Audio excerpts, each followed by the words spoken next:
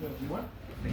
Abhinav, going against the motion from college. I'll begin my speech in 3. You might just give a tap at 3 minutes once. Like, I'll start my speech in 3, 2, 1. Panel, first of all, I'm sorry. I'm sorry that I do not have any data or facts with me today. I'm sorry that I do not have any quotes of big personalities today. I'm sorry that I do not bring in front of you famous sayings of famous persons. But I have a story for you.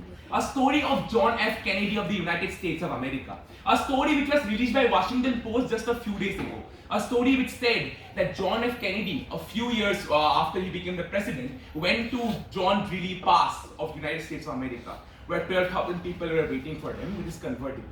I can question as to how is this even related to the topic of the house today.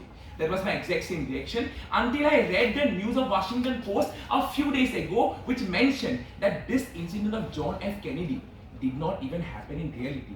It was just that the technology had used the voice of John F. Kennedy to create a speech to influence the people which did not even exist in reality. And today when it is said that technology will preserve the history, that is where I question how can this distorted technology preserve the history when it is manipulating the people, when it is leading the history to wrong directions, and thus I take my stance against the topic of the house today. Greetings respected panel, greetings ladies and gentlemen.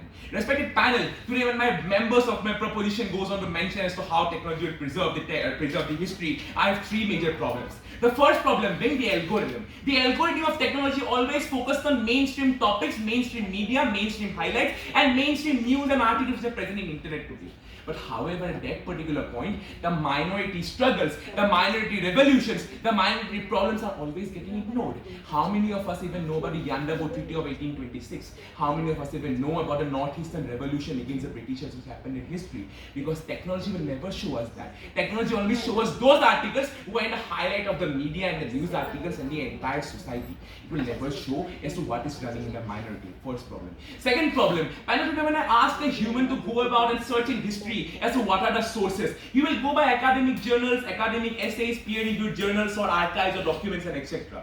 But today when I ask the same to technology, it will show me a list of articles from internet.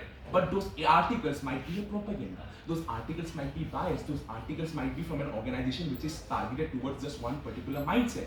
Which again proves my point as to how this can be unverified, how this technology's history perspective can never ever be reliable, thus proving you my second problem. Third problem being an example. An example of Soviet leader Stalin. Once he had a very group of people who were his favor, who were in favors.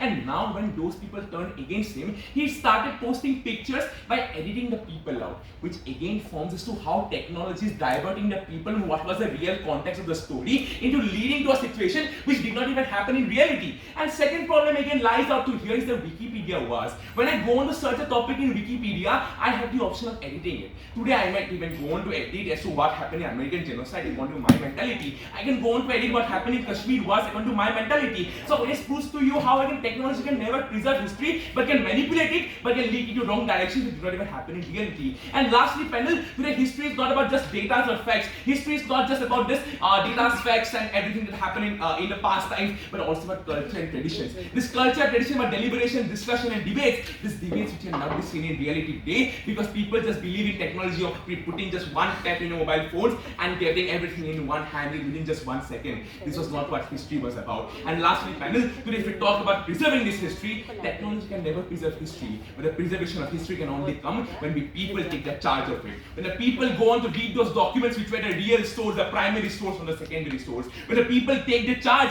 of looking into the documents, the archive as to what happened in reality by going as to what in the physical form, not into what was in the secondary form or in second-hand form. With this proving to you how technology can never be a way of preserving history. Thus I rest my statements here. Thank you, panel.